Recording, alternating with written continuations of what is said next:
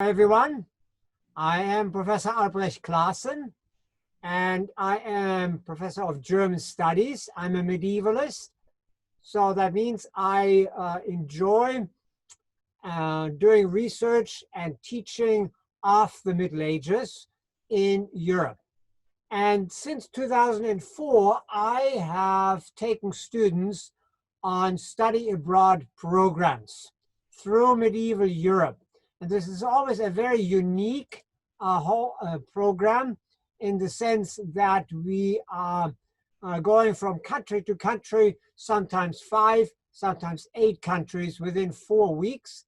And we search for just major medieval sites wherever we can go. Let me just show you a couple of images of our experience last summer, 2019. We wanted to go, of course, this year as well, 2020. Couldn't do it, but we will definitely take the same program for 2021.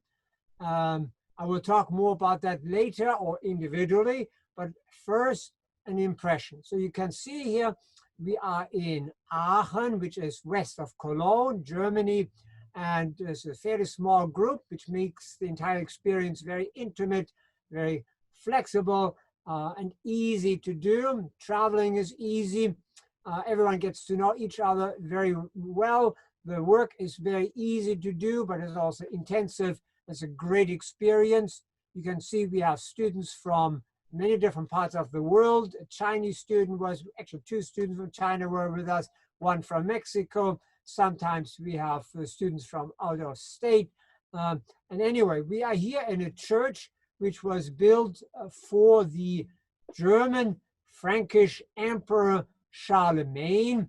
And we are standing right here next to his throne. We start now at one of the first major sites. I have too many pictures, but you will see this is just overwhelming to study the European Middle Ages, being right there, hands-on, and seeing the absolute beauty, being stunned and just dazed by the architecture, paintings, mosaics. We also, of course, do readings. We have class every day. We study the theoretical background, history, philosophy, literature. So it's very entertaining and delightful, and at the same time serious. So what you see here, of course, is Venice, the Basilica di San Marco. That's one of the few places where we have lots and lots of tourists. Normally, we try to stay away. And the special thing about my trip to study abroad is that we search for small places, unique places off the beaten path. So at this point, we are in Venice, inside of the church. And of course, as I said, lots and lots of tourists. But all of that is very nice because it is so very, very special. Here's a Rialto Bridge. But then we went to Verona, which is west of Venice. And we looked also at the Roman Colosseum. We looked at a Renaissance castle, Castle Vecchio here. We went across the bridge. We looked at the defense structures and looked at the way how the bridge was built itself, its purpose. So we combine literature with philosophy, with architecture, with economics, who built, who paid for it, what was the purpose, and so forth, with religion, with the arts, with music. And so my study abroad is then always ideal for students who want to get general education credits, broad background, and then be able to put this experience, this study abroad program on their CV, because it becomes a basic and fundamental building block for future careers. International experience, but based in history. Here we are still in Verona, and we're looking at a major Romanesque church. Here is then the cloister, really beautiful inside, very tranquil, where the monks then used to walk around and study their biblical text, the breviary, for example. We're looking here at the major Bronx doors. great artwork from the 10th century. We also found some old graffiti, which was kind of fun. That's within that church. And sometimes there is crazy stuff in the city, and you can see what is happening here. Now we went to Ravenna, where Byzantine architecture can be found. We have very famous mosaics. These are the Byzantines who left those artworks. We went also to see famous Dante's grave, Dante Alighieri. So we're moving from late antiquity to the Renaissance, if you will. Here are other sites in Ravenna. We stayed actually in Padua and looked here at an old gravestone, walked very quietly along the river. No one was there, looking at the old bridge, really, really beautiful. And there we were at a tower where Galileo Galilei did his first major telescopic research. So modern research, medieval stuff, all that comes together, and it's always an exploration as a small group. Here is the whole group, once again, also in Padua.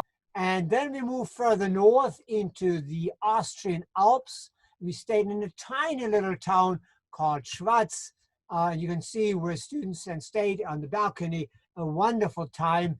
And then we go hiking in the mountains, overlooking the valley. That's the Inn Valley. Then we went to a castle and we found old medieval frescoes. Walking down, then again, you can see how fresh that all is, how beautiful. This was one of the most delightful times we had. Although it was a tiny, tiny little town, but my students said, indeed, that was really, truly a highlight, a unique experience. No one ever else would have been able to show that to them. Then we went to Innsbruck. In Innsbruck, we had a fantastic opportunity to go to the tops of the Alps. You can see here all kinds of fun scenes and overlooking all the mountaintops. Although it was snow on the ground, it was really warm. We had a fantastic time. Now we move to Germany. We visit a huge castle called Burghausen, looking down here to the Salzach River and walking along the crenellations. So then we are in Regensburg, Germany, now looking at major Gothic cathedral. Have fantastic time looking at an ancient Roman arch there. Then we went to Nuremberg, where we visited the castle, looked at some of the Gothic churches, looked at this fountain where they have a golden ring, and every time you turn the ring, you will be promised that you will return to Nuremberg. And so far for me, that has always applied. Then you be top of the castle, looking over the city. And from there, then we went to northern Germany, Lubick, with a wonderful Nordic, Hanseatic, Baltic characteristics. You can see all the brickstone buildings, very, very beautiful landscape. The harbor, we had a wonderful time there. Also went up to some of the church towers and look at this phenomenal night photo. I'm so proud of my student. He did a fantastic job. We also went to the beach there. We had a fun time there. People have really a wonderful time. And you can see this is a program that really invites both the courageous and the adventurous, but also people who just want to have fun and want to be good teammates. And so we just enjoyed the day on the beach, a little break from all the travel. We went further northern Germany to Wismar, looked at then in Bremen and many other sites. And this were, of course, the Bremen musicians.